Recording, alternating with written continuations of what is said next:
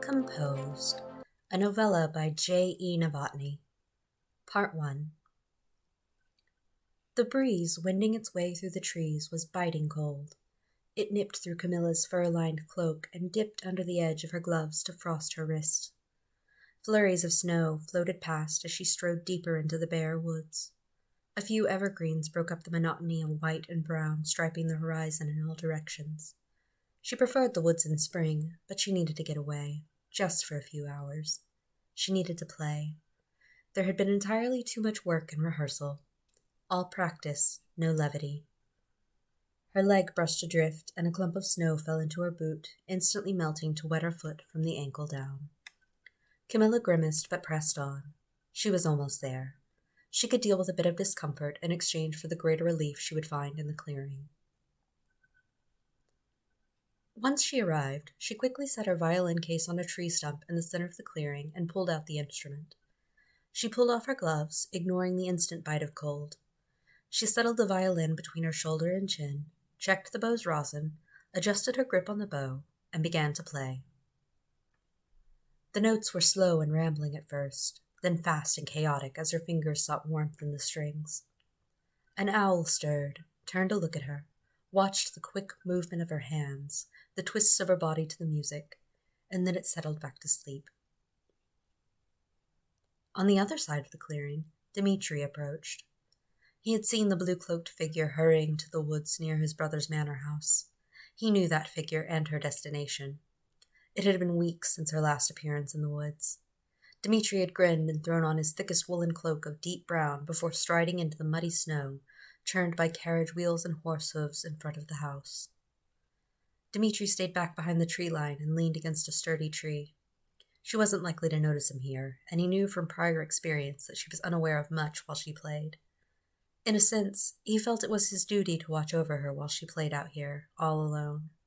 The woods were far enough from town to house the occasional bandit group, though Dmitri's brother, the captain of the Emperor's Guard, was quick to clear them out when the faintest rumor reached him of thieves near his estate.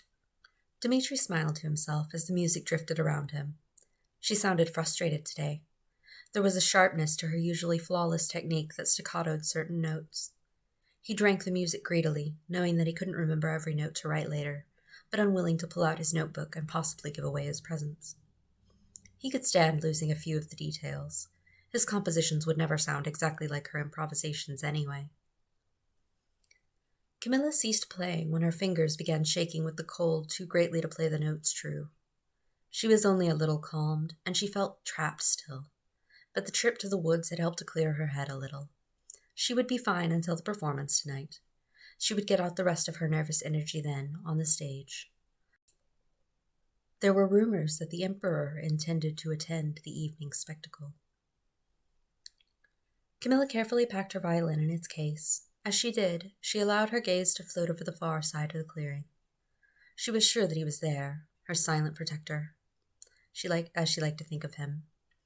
Not that she knew for certain he had any such thoughts regarding her safety, but he appeared nearly every time that she came to this clearing, yet he never offered her harm or tried to speak to her at all. Perhaps he wasn't really supposed to be there either. One day she would find the courage to speak to him. For today, she had a performance to prepare for, and there was no chance that the star violinist could play with frostbitten fingers. Camilla pulled on her gloves with shaking hands. She fled the woods with her string hand tucked into her cloak to leach some of her core body heat, and she tucked her bow hand under her armpit with the violin case fixed against her chest by the corresponding arm. Dmitri did not follow her out of the woods.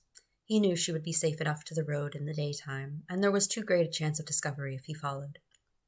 So, once she was out of sight and sound, he turned back to make the long loop to the manor. If he hurried, he could watch her walk back to town from the window of his studio. He felt silly and lovesick. He would go to see her at the theater tonight, of course. He was there nearly every concert evening, and though tonight was a spectacle instead, his brother had asked him to attend as his guest. There wouldn't be much time to jot down his notes from her latest woodland performance. He needed to dress soon. Dmitri rushed to his studio in the northeastern wing. He went to the window to look out over the woods to the main road. It wasn't visible when the woods were alive with greenery, but now, while everything slept beneath a blanket of snow, he could just see the blue-cloaked figure picking its way around the wagon ruts in the muddy road, heading toward the city. He watched until she was lost to sight again, and then he picked up his quill to jot down a few of the more important notations in his personal shorthand. It would be enough to jog his memory later. The spectacle tonight was backed with some new music from Venture What's-His-Face, the Emperor's latest addition to the court, and one unlikely to last long.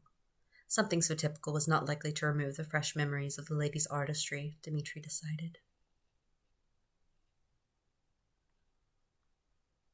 Camilla kept her hood pulled up and her head down as she hurried through the city streets. The rutted, muddy road turned into uneven cobblestones as she passed toward the city's western entertainment district, which was really a single street housing 2 theaters and several bars. Camilla slipped down an alley between the larger theater and one of the more expensive bars, then in the back door of the theater, which opened to the hallway for the dressing rooms.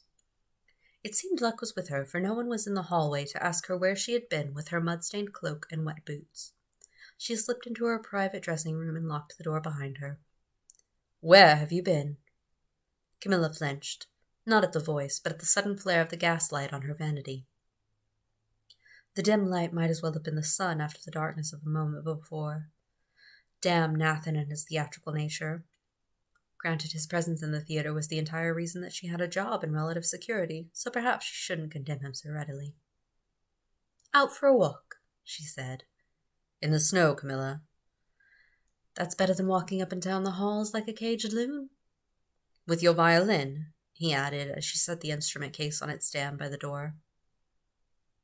"And why are you skulking in my dressing room in the dark?" she countered. Nathan stood from his perch on the single rickety wooden chair. He stepped forward and took her gloved hand, which he squeezed before removing the glove. Then he gently rubbed her hand between both of his own. "Can't have the star violinist getting frostbite on her fingers. Your hands are so cold. How far did you go?" "So many questions today," she quipped. Camilla thought about pulling away from him, but she decided to let him rub some warmth into her hands. His fingertips were calloused from playing stringed instruments for many years, though he rarely picked one up these days. He was far too busy schmoozing in the elite or sub-elite parlors of the city, finding patrons for the arts. He was quite good at it, much better at that than at playing, if she were to be honest, which of course she wouldn't be with him, not on that particular topic. She guessed that he knew anyway, so it was much better to leave it unsaid. Silence fell around them, and Camilla became uneasy with Nathan's closeness. She lifted her hand from his grasp and brushed past him to take the seat he had vacated. "Did you need something?" she asked, pointedly closing the conversation on her whereabouts. Nathan looked as though he'd like to press the point, but he ran his fingers through his straight, shoulder-length hair and shook his head. "I just wanted to check on you before the performance. I'll send Mira to help you change. You're running behind." With that, he left. Camilla released a sigh and kicked off her muddy boots. Nathan was right that she didn't have much time before the performance.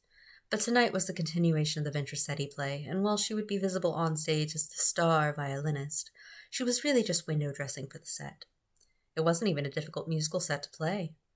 But it wasn't the upcoming performance that had driven her out into the woods to play this afternoon. It was things like Nathan lurking in the darkened dressing room, things like Nathan warming her hands with his own, things like the way Nathan looked at her as though she was everything in the world. Mira knocked but came in without waiting for an answer. The sound of the knock and the sudden entrance of the young stylist shook Camilla from her thoughts. She would have plenty of time to think about them again in the night while she was unable to escape her loon's cage. But for now, there was a performance to think of. That, at least, she still enjoyed without reservation.